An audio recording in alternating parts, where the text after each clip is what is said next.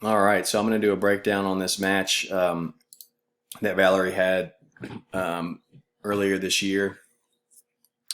It's a good one. There's a lot of scrambles and a lot of cool stuff to point out, so I'll get started. She takes a right-hand collar tie here and pulls her down into a guard. Her opponent sits back and pulls her with a 2-on-1. Valerie follows that momentum up and goes into a knee cut position, which was a good idea. She then decides to go in on a straight ankle leg lock. So standard ashigarami, the opponent does well to rotate out of that. However, if this were an advanced leg lock battle, she basically put herself right into a inside senkaku, so she could have got an inside heel hook finish here. I'll show you a little bit better here. Boom, right there. That's a done deal. She literally just needs to get the toes in the armpit and just finish that heel. I mean, she has it. I don't know if the heel hooks were allowed, so maybe that's why. She rightly then follows that up to wrestle up on her. Her opponent, however, is getting up at about a similar speed, and she has a sort of a double leg position on her. We're ahead to the inside, though. She tries to adjust to reface her. Her opponent does well to get out to the side and come up to the top. Valerie, again, using the collar tie to control her opponent's head position and brings her down and gets back in on the legs. She's going to attack those legs again using sort of a standard ashigarami and Achilles grip. And her opponent does pretty well to avoid that. Valerie uses it to sweep her and comes on top.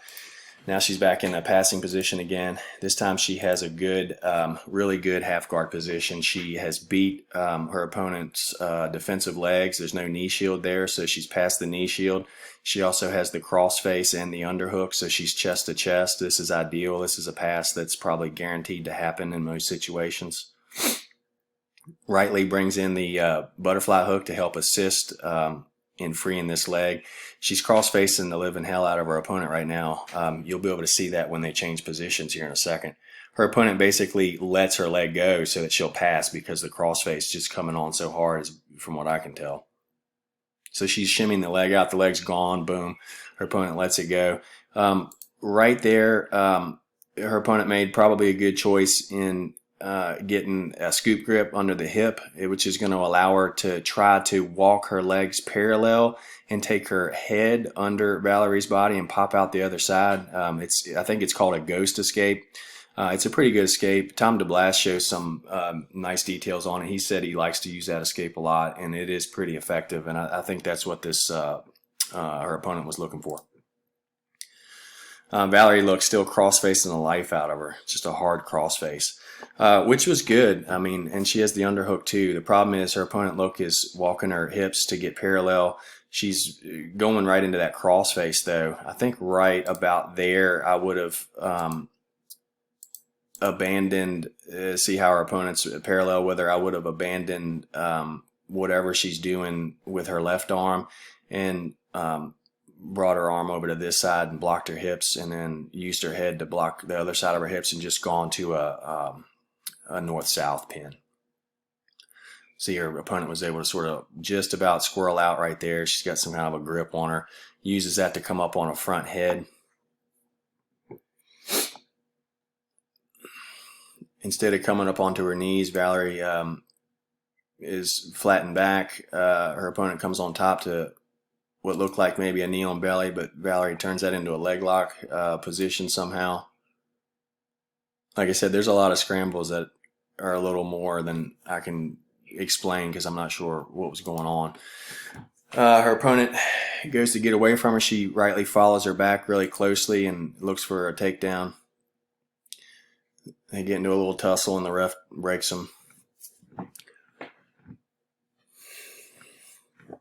Here's where it gets good, okay. All of it's been good, but this gets really interesting. Her opponent decides to sit to guard. Takes a 2-on-1 on her. That was good. But she just easily let her pass into this reverse Kesa. Valerie's doing good. She's got the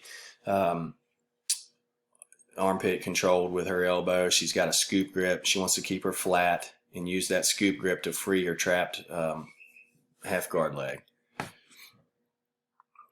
I'm not sure what was happening. She was probably just about out there, but maybe some flexibility. Her opponent's kind of messing with her here. I'd go back to the scoop maybe and get that knee wedge in, but she's getting some hassle out of her opponent.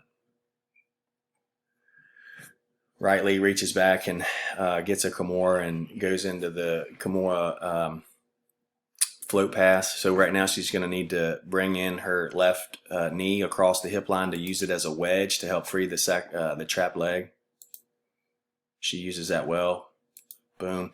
There's been a lot of options here. She could have gone right to T Kimura. She could have tried to stay cross body. This position would have been great to have a seated back head and arm, but her opponent is able to turn and face her and get up on her knees. That makes it a little trickier. So now this is somewhat of a more complicated situation where her hips are above the opponent's shoulder line. She still has a Kimura grip on this side.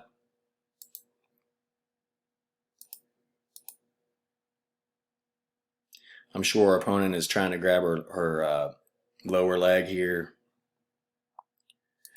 One option Valerie could have done is just to shoot this hook in on her opponent's left side, and then traded the Kimura for a one-on-one on her opponent's left arm, and then used her right arm to build a base and then scoot her hips back and go for a back take. That would have gave her back position with one hook in.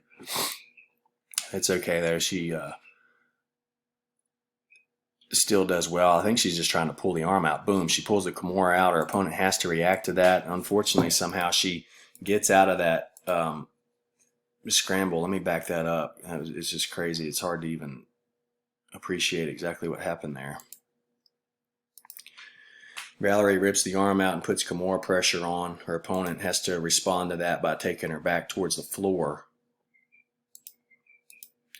Yeah, okay. So there's no control of the other side of her body, of her opponent's body, so she's able to turn and face her. Boom. I guess she let go of that Kimura as well.